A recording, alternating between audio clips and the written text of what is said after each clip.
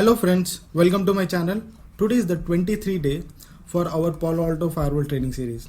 In this video, we are going to discuss about the real-time scenario troubleshooting. So what kind of common issues that we get in firewall? So I'll just talk about one that you usually will get it. So in this video, I'm going to cover very detailed way that how we can troubleshoot, what are the information that we need to gather from user and how we can troubleshoot in the firewall. Okay. And also I'll just tell you the structure that has been in the organization for a network team, how it will be.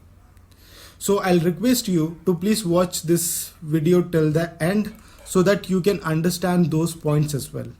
And also, if you're new to my channel and interested about my content, you can just subscribe and hit the bell icon so that you never miss a video from me. So without any further delay, let's get started. So friends, first of all, we'll try and understand the structure of the organization. So basically what happens, the network team has been divided into two parts. Okay. So basically one team will be calling as network team and second will be calling as security team. Okay, so the network team will handle the routing problems, the switching problem, the wireless, and also the load balancer. In security team, like they'll be handling VPNs, firewall issues, and proxy issues, as well as SSL VPNs, remote VPNs like that. Yeah.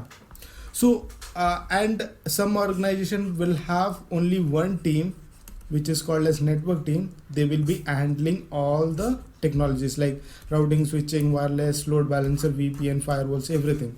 So I would say if you get a chance to go into the network team, I will say you just join the network team so that you can understand all the technologies and also how the packet flow will be if all the technology is working in a same place, because you will be having access to all the devices. Because if you go to security team, you will not have access to routing and routers and switches.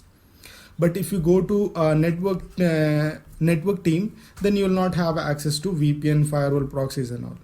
So if you like managing all the technologies, you will have control over the network, that how the traffic flow is between all the devices like routers, switches, wireless, then VPN, proxies and all. Okay, so this was just a common scenario that you see for the team in the organization. Okay, so friends, now we'll talk about the common issues that we usually get in organization. So common issues, I'll just draw a topology and then I'll try and explain you guys. So let's say this is a PC, okay, and this PC is connected to a switch, okay, and this switch is connected to a firewall, and this firewall is again connected to a router, and the router is connected to a switch, and this switch is connected to a server, and the server is hosting a web server which is on port number 80. Okay, so basically the user will say that he is not able to access this server. So the first question that you're going to ask is the first time that you are accessing this server, or this is a old, or you have accessed earlier? So if this is a first time, if you think logically, we have to create a firewall rule, right? If it is low, old, or he has access earlier, like it was working before, now it is not working, so I am going to see whether there was a change which was performed in the firewall. What was the change? Was it related to this firewall, like this access, or something else? Okay, now I want to clear one thing. So for this video, I am going to concentrate the troubleshooting basically on this PA firewall, not on other thing like the switches or the routers. No. So this video is purely on firewall troubleshooting, that is Palo Alto firewall troubleshooting. Okay, so if the user is accessing first time, or if he has access already in the past, we need some information to troubleshoot, right, or do the change. So what information that we need is the source IP address, destination IP address, and destination port number. We don't need any source port number because these port numbers are random generated from the PC, random, right, random. So we don't need this source port number, we need destination port number, and this information will be provided by the user itself. Then only we'll be able to troubleshoot. So with this information like the source IP, destination IP, and the destination port number, either we need to do a trace route, okay, or we can check the network diagram as well. So network diagram, you will be able to get it in your organization. So with the help of those IP address, you'll at least come to know that which firewall, like there will be a lot of firewalls in your organization, so you will be come to know that which firewall is blocking your connection or which firewall we need to troubleshoot. So from this source source to this destination, how many devices are coming? So let's say right now we are getting 2 switches, 1 router and 1 firewall. So with respect to firewall, we are getting only 1 firewall. So we'll try and troubleshoot this firewall. Right now we'll move into the lab and do some troubleshooting steps as well. Yeah. So friends, I am taking the old topology that we have configured for the NAT. I'm just taking that as an example. So the IPs will be same, and these IPs are already been configured. So this is the management subnet, that is 192.168.10.0. This is our outside IP address. We'll consider this one as our destination IP address.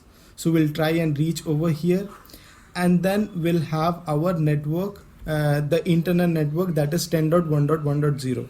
We are not going to use the DNZ because we are not going to troubleshoot more.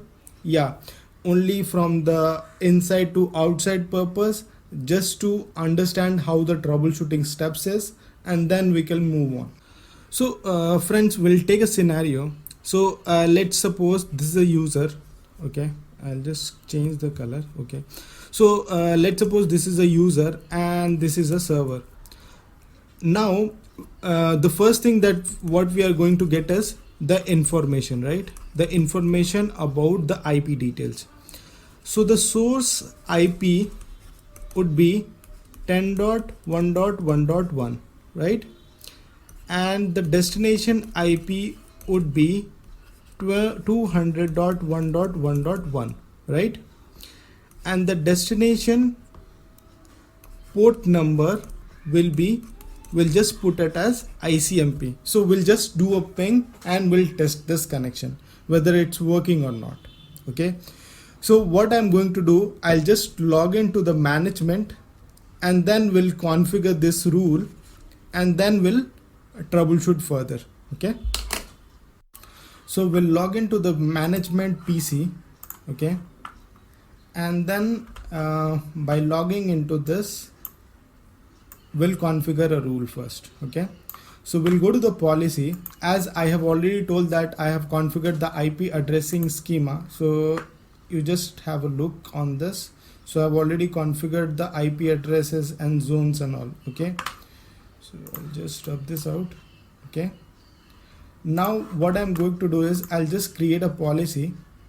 Okay, so we'll create a policy from inside to outside and we'll troubleshoot whether from PC1 whether the server is pinging or not. So I'll just put as in to out. Okay, the source zone would be inside zone, right?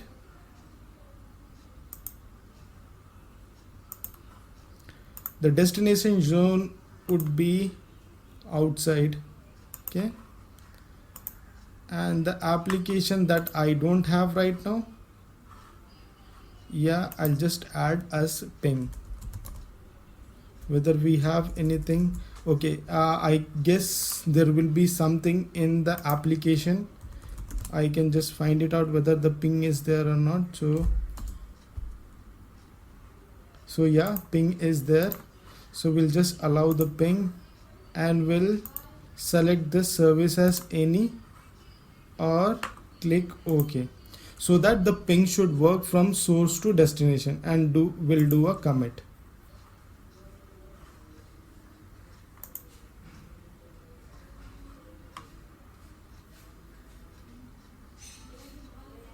So let me rub this off. Now we'll log into the PC and we'll test a connection towards server. Okay, so I'll just close this out and I'll just open this one and do a ping from this CMD. So we'll go to the run, not this one. We'll go to run CMD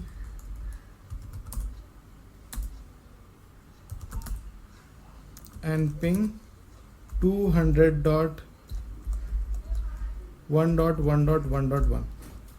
Now the first ping response will be timed out, as we know, but we supposed to get the second ping, but still we are not getting it. So what we have to do is, as we have already configured the policy but it is not working, so how we can test the policy whether it's been working or not. So what I can do is, I'll just go to the CLI of this Palo Alto firewall. So we'll log in as 192.168.10.1. Yes, admin. So from CLI, how we can test the policy, I'll just show you guys. So the command is test security policy match, and then we'll have a lot of options. So now we'll specify the source, and there will be a minimum requirement, minimum information that is required to match the policy. So we have to give source as 10.1.1.1. okay, and the destination would be 200.1.1.1. destination port number will be, as this is an ICMP, okay, we just need to define the protocol number. So for ICMP the protocol number is 1, for TCP it is 6, for UDP it is 17. So protocol number is something which is on the layer 3. So for ICMP the protocol number is 1. So I can see that there is a policy which is from inside source any, and so we have a policy and the action is allowed also, but still we are unable to access it. So now to troubleshoot further, we'll just turn on the debugging so that we can understand where exactly the problem is. To enable the debugging, so first of all what we have to do is, we have to run this command. So debug, okay, we are debugging data plane, okay, packet diagnosis. Now first of all we have to set the filter. So we are setting the filter as the source will be 10.1.1.1.1, okay, and the destination is 200.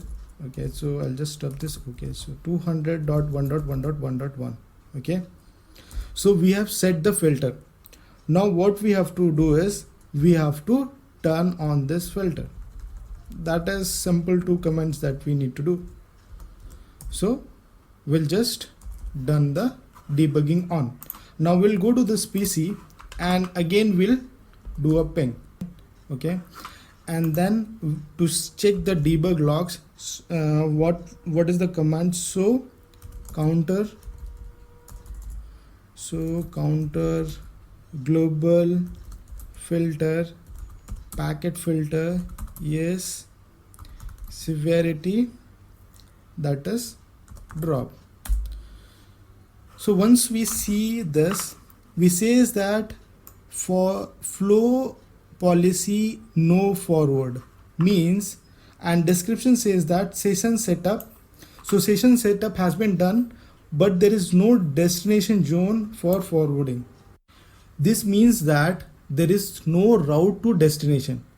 This the description says that destination zone for forwarding, no destination. So there is no route, or he is not able to locate from which interface he has to send the traffic, right?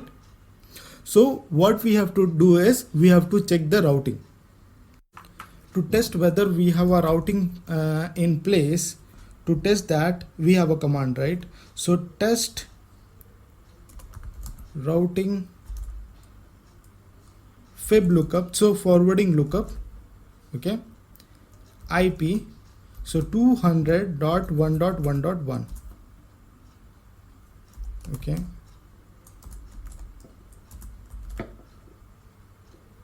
Virtual router, we are using default, right? It says route not found, so we don't have route to destination. What we have to do is we have to go to routing, to the virtual routes, and we have to give the routes. So in the routing we have to go to default,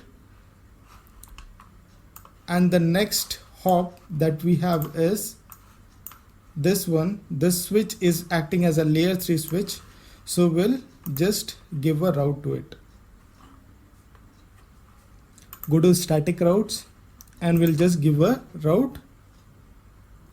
So name we can give anything, so network 2, okay. The destination is 200.1.1.0. I'll just give to all /24, and the interface that we are going to use is 2/1/2. So this is the interface, and the next hop would be 201.1.1.1, right? And we'll just click OK, and we'll just click OK, and we'll do the commit. Do a commit. After successful commit, we'll test the connection from PC to destination.